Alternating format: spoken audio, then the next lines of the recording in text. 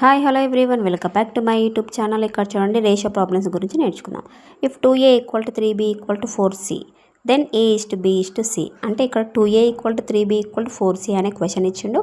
a:b:c values find out చేయాలి. So ఇలాంటి problems వచ్చినప్పుడు మనం జనరల్గా ఏం చేయాలంటే ఫస్ట్ మనం ఇచ్చింది రాసేసుకోవాలి. 2a 3b 4c అని రాసేయాలి.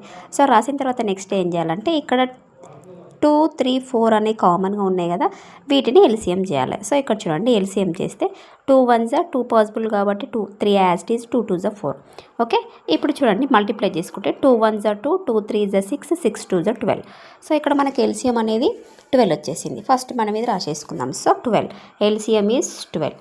సో నెక్స్ట్ ఏం చేయాలంటే ఇక్కడ 2a 3b 4c ఉంది కదా. సో ఇక్కడ చూడండి ఫస్ట్ ఏ వాల్యూ ఇక్కడున్న 2 అనేది మనకు 2 టేబుల్లో 12 అనేది ఎక్కడ పాసిబుల్ అవుతుందో ఫస్ట్ చెక్ చేయండి.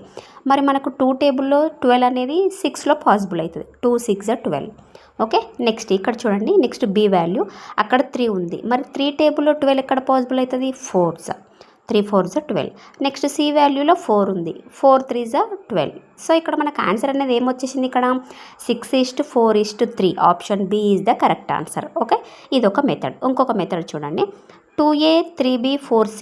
సో ఇక్కడ చూడండి మనం 2a 3b 4c అని రాసేసుకున్న తర్వాత నెక్స్ట్ ఏం చేయాలంటే మనం a:b:c వాల్యూస్ ఫైండ్ అవుట్ చేయాలి. కాబట్టి ఇక్కడ మనము ఏ వాల్యూని ఫైండ్ అవుట్ చేసేటప్పుడు ఏను క్లోజ్ చేయండి. సో క్లోజ్ చేసేసి ఏం చేయాలంటే బీసీ వాల్యూస్ని మల్టిప్లై చేయాలి. 4 3 4s 12. సో ఇక్కడ మనం ఏ దగ్గర ఆన్సర్ రాసేయాలి 12 అని. ఇప్పుడు బి వాల్యూని ఫైండ్ అవుట్ చేసేటప్పుడు బీని క్లోజ్ చేసి ఏ వాల్యూను సి వాల్యూని మల్టిప్లై చేయండి. 2 4s 8. ఇప్పుడు సి వాల్యూని ఫైండ్ అవుట్ చేసినాం కాబట్టి సి వాల్యూని క్లోజ్ చేసి ఏబి వాల్యూను మల్టిప్లై చేయండి. 2 6 2 3s 6. ఓకే, ఇక్కడ మనం క్యాన్సిలేషన్ చేసుకుంటే 2 6 12 2 4s 8 2 3s 6. ఇక్కడ చూడండి మనకు 6:4:3. ఇప్పుడు మెథడ్ 1 చేసిన 6:4:3 వచ్చింది. మెథడ్ 2 చేసిన 6:4:3 వచ్చింది. ఇప్పుడు మనకు option B is the correct answer. Okay, ఈ ట్రిక్ అర్థమైంది కదా. నా వీడియో మీకు నచ్చినట్లయితే లైక్ చేయండి, షేర్ చేయండి, సబ్స్క్రైబ్ చేయండి. Thank you for your watching.